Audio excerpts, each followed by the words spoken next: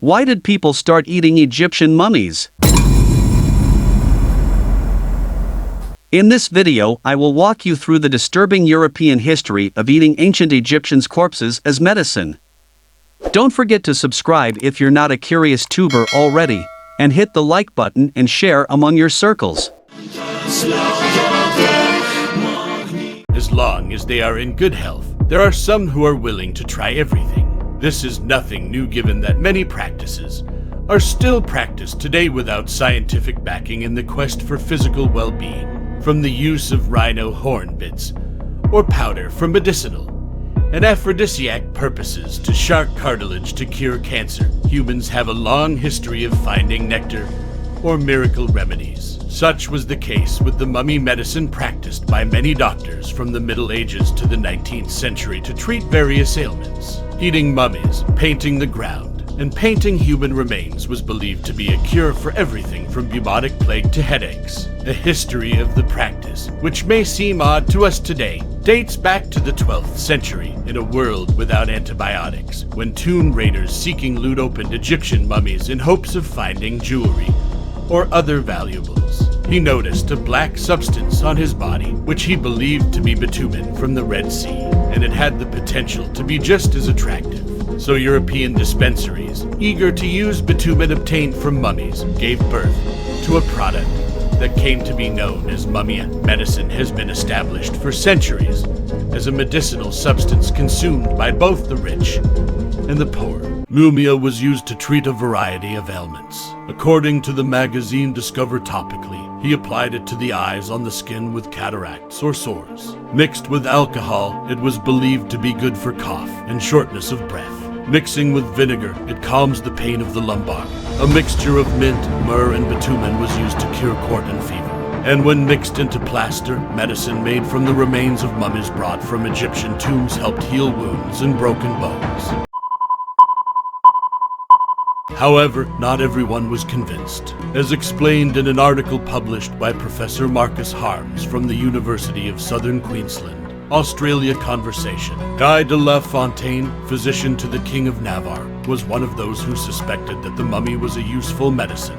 In addition to suspected medicine made from mummies, de la Fontaine during a visit to Egypt in 1564 found forged mummies made from dead farmers in Alexandria, which were peeled and filled with bitumen. The forgery witnessed by the doctor thus depicts, according to Harms, how the supply of genuine Egyptian mummies could not meet the constant demands for meat from the dead. To meet the demand, according to Discover, some resorted to working with rotting corpses in the sands of Divided by North Africa, while others worked for the mummies of the Guanche people of the Canary Islands. On the other hand, some doctors also believed that the best medicine did not come from old and dry mummies, but from fresh flesh and blood, so they experimented with the bodies of recently killed prisoners, according to reports. Smithsonian Magazine.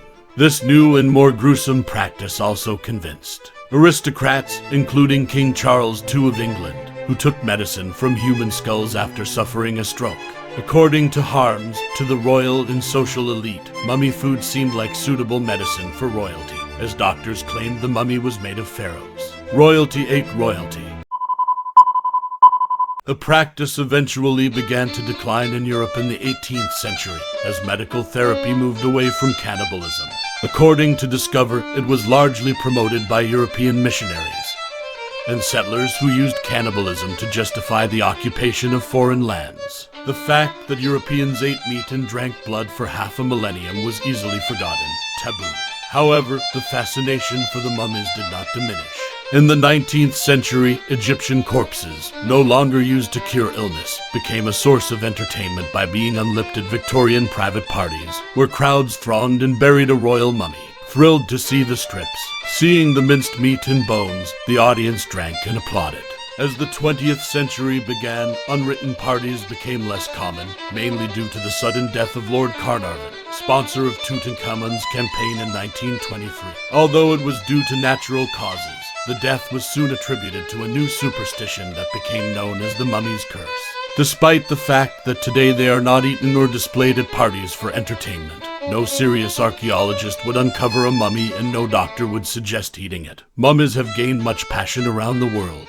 continued to produce, although not all are directed purely for historical or scientific purposes. On the black market, according to Harms, the value of antiquities, including mummies, is about $3,000 million.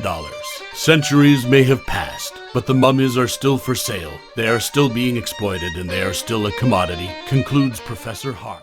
Thanks for watching. Give this video a thumbs up if you want to see more videos from this channel.